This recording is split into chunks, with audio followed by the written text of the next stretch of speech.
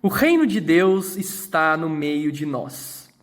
Eu gostaria de compartilhar uma breve reflexão com base no Evangelho de Lucas, capítulo 17, versículos 20 e 21, que diz o seguinte: Interrogado pelos fariseus sobre quando chegaria o reino de Deus, Jesus lhes respondeu: A vinda do reino de Deus não é observável. Não se poderá dizer, ei-lo aqui, ei-lo ali, pois eis que o reino de Deus está no meio de vós.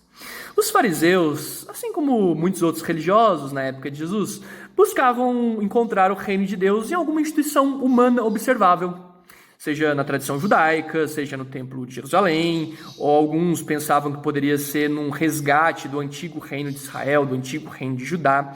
Mas a proposta que Jesus apresenta de reino de Deus no seu evangelho não tem a ver com uma instituição humana.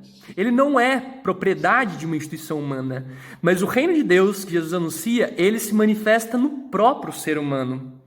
E as instituições humanas, elas são úteis na medida em que se prestam ao serviço do próximo, na medida em que elas se prestam ao cuidado daqueles que necessitam de alimento, de bens materiais para a sua sobrevivência, daqueles que necessitam de descanso, não é? Jesus diz, vinde a mim os que estão cansados e sobrecarregados e eu vos aliviarei. O reino de Deus é isso também, é um local de cuidado que não se manifesta em nenhum espaço humano, físico, como propriedade de uma religião, como propriedade de um grupo político. Não, essas instituições humanas, elas são úteis ao reino na medida em que são ferramentas para que nós possamos amar uns aos outros, para que nós possamos servir uns aos outros, para que nós possamos acolher uns aos outros.